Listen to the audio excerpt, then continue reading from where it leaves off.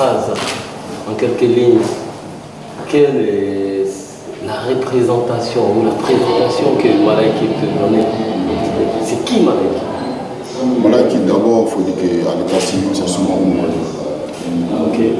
l'artiste Malaiki. Est-ce que Malaiki, le nom Malaiki a une signification particulière? Bien sûr, le nom Malaiki a une signification. Le nom Malaiki signifie tout simplement ange ou messager. Ange ou messager. Alors, cela veut dire que Malaiki se définit comme l'ange ou cet ange avec un message à l'endroit du peuple? Et bien sûr, parce que Malaiki a des messages à donner au peuple. Et donc Malaiki, quelque part, est comme un messager. Comment est-ce que Malaiki est venu à la musique? Bon, c'est une histoire qui date depuis longtemps, depuis l'enfance. Depuis l'enfance? Parce que Malaiki chante depuis l'enfance.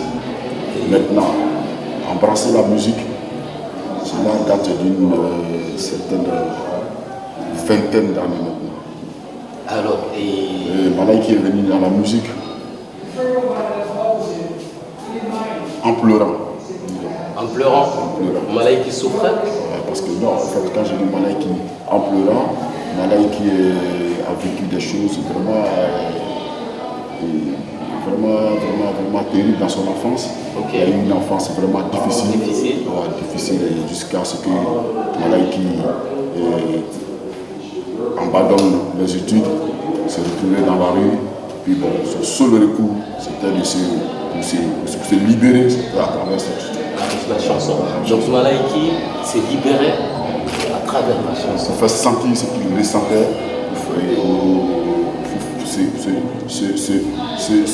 C'est décomplexé,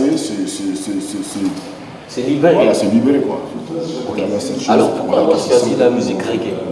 J'ai choisi la musique reggae parce que d'abord, étant noir africain, victime de l'esclavage, de la colonisation, de l'injustice, des abus du pouvoir, de la dévaluation, pour moi, je ne pouvais choisir que la musique reggae parce que c'est cette musique-là qui peut m'amener à dire ce que j'ai à dire et libérer ce qui est en moi, cette frustration qui me ronge. C'est cette frustration, cette envie de dire des choses, cet engagement sociopolitique.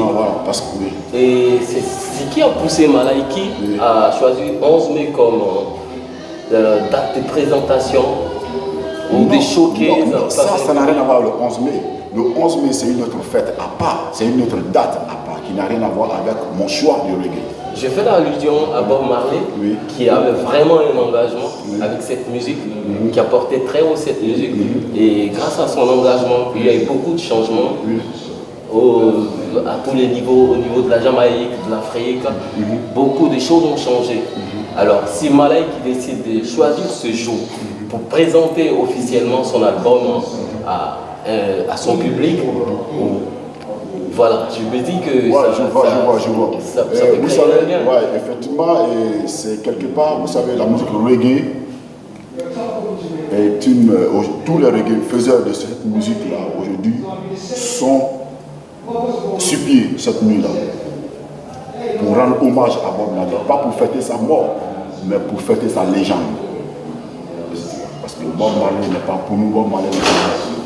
C'est le précurseur de cette musique, c'est lui qui a donné la valeur à cette musique. À travers cette musique, il a convaincu le monde entier, il a combattu, il a convaincu les gens, et puis bon, en tout cas, il a fait passer pas mal de messages aujourd'hui. Donc Bob Marley est devenu immortel aujourd'hui. Pour nous, Bob Marley, c'est un exemple, c'est notre dévancier dans cette musique. Donc c'est tout à fait normal que nous mettions cette nuit-là pour rendre un hommage à Bob Marley.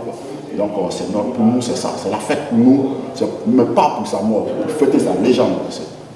Pourquoi nous avons choisi cette nuit-là. Donc Malaiki a choisi cette nuit-là aussi pour présenter son album. Et je dirais que peut-être par coïncidence que mon album est sorti dans le même mois, 11 mai, qui a été une coïncidence qui s'est tombée sur ça, je dis quelque part, c'est une grâce. Donc c'est tombé sur une nuit comme 11 mai. La première présentation live de l'album Radical Roots de Malaiki qui vient à peine de sortie, qui tombe sur 11 mai. quelque part, c'est comme si peut-être que c'est la bénédiction des diables ou la bénédiction des Marley qui vient. Naturellement, ça ne peut qu'être une bénédiction. Alors, parlez-nous de cet album. L'album a été enregistré. Cet album, d'abord, a été enregistré entre 3 nations, 3 pays. Bamako, Abidjan, aux États-Unis, précisément à Washington. Bamako, nous avons l'arrangeur Mandioul qui a travaillé sur l'album. Et ici, nous sommes revenus à Abidjan, Moses au studio DMB, avec Apocho Strong, qui ont travaillé l'album sur le titre Many Rivers to Cross et l'autre, Dounia, 2 titres qui sont sur l'album. Et après, nous sommes allés aux États-Unis avec le grand George Kwaku. L'album est arrivé aux États-Unis dans la main du grand George Kwaku, qui n'est plus à présenter sur le circuit international et qui a mixé l'album dans le studio de Lion Fox. Lion Fox, c'est un studio qui a une expérience de 40 ans aujourd'hui. Un studio dans lequel même plein de grands artistes qui sont passés. Je cite comme Colcha, Luciano, Morgan Heritage, Jimmy Cliff, Fairworld, Steel Post, etc. Tu vois? Et c'est un studio renommé. Okay. Et donc avec un arrangeur qui n'est plus à présenter, qui est l'un des plus grands mixeurs de son aujourd'hui, qu'on appelle Jimmy Fox.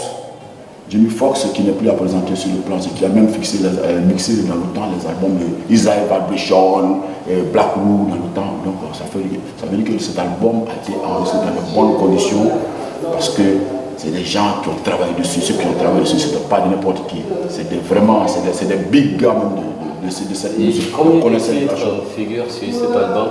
Il y a 12 chapitres, ça dit 12 titres sur cet album. Cet album contient 12 titres. L'album s'appelle Radical Roots. Radical Roots. Oui, Radical Roots. Ok, alors pour le public qui est là ce soir, qui attend Malaiki, qu'est-ce que Malaiki prévoit pour ce public? Bon, je prévois une grande surprise pour ce public. Donc, comme vous le savez, on a déjà des surprises, on ne peut pas dévoiler déjà la surprise. Donc, c'est sur la scène tout à l'heure qu'on verra. Alors, public, je vous rassure, il y aura de la bonne vibration ce soir. Alors, nous allons danser aux couleurs rouge, jaune, vert à travers la voix de Malaiki avec l'album Radical Roots. Public de la Fabrique culturelle, à tout de suite. Artiste chanteur, reggae man. Eh bien, nous sommes là cette nuit-là pour célébrer l'anniversaire de Robert Nesta Marley, qui est le précurseur même de cette musique, reggae music. Et cette nuit, 11 mai, nous avons beaucoup de surprises pour vous, les mélomanes. Et nous avons un grand spectacle ce soir qu'on va donner. À la suite de ça, nous allons parler un peu de la vie de Bob Marley. Parler de cette musique, cette grande musique, le reggae music. Et cette musique, reggae music, aujourd'hui là, qui est la cause de notre rassemblement ici, cette nuit-là, il faudrait qu'on en parle. Parce que cette musique aujourd'hui est en train de battre son plein dans le monde entier aujourd'hui. Et je dirais même qui est placée comme aujourd'hui la musique la plus écoutée sur cette planète aujourd'hui. Donc reggae music, franchement, c'est une musique aujourd'hui qui a convaincu le monde entier. Et nous, faiseurs de cette musique, moi Malaiki précisément, aujourd'hui je donne un spectacle aujourd'hui. Mon premier spectacle avec mon nouvel album intitulé Radical Roots. Ce soir, à l'espace Fabrique culturelle de 2 plateaux. Donc j'invite tous les mélomanes aujourd'hui à venir assister à ce concert live en acoustique. Et aussi, Bob Marley a dit que le reggae reviendra en Afrique. Et quand le reggae reviendra en Afrique, à sa source, le reggae ira encore plus loin. Bob Marley l'a dit.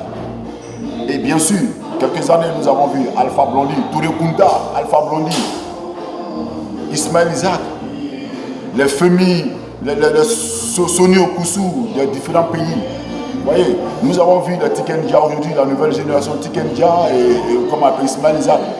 Aujourd'hui, il y a la nouvelle génération qui sont là aussi pour dire que Bob Marley, ce qu'il a dit, ça a été, il a prophétisé au fait. Et le retour du reggae en Afrique, voilà. Et aujourd'hui, depuis que le reggae est arrivé en Afrique, le reggae a atteint une dimension aujourd'hui incomparable. Le reggae aujourd'hui est une musique qui n'a plus de limites, qui bat son plein, qui dans tous les couloirs du monde aujourd'hui. C'est ça. Et cette musique qui défend la cause réellement des opprimés. Et comme Bob même l'a si dit, que la souffrance devait être créative pour donner naissance à quelque chose de bon et de positif. Et donc, tant qu'il y aura la souffrance, tant qu'il y aura des gens affamés, des gens qui abusent des gens, de l'injustice sur cette terre, et le reggae sera toujours là pour défendre ces cas et s'imposer, pour donner une autre vision à ce monde, pour dire que non, c'est pas comme ça et c'est comme ça. Voilà, c'est parce que cette musique, c'est une musique de justice, c'est une musique d'honnêteté, c'est une musique vraie. C'est pourquoi cette musique grandira toujours, parce qu'elle n'est pas n'importe quelle musique. Dieu est dans cette musique. Rastafari, blessé. Ayana ici de là.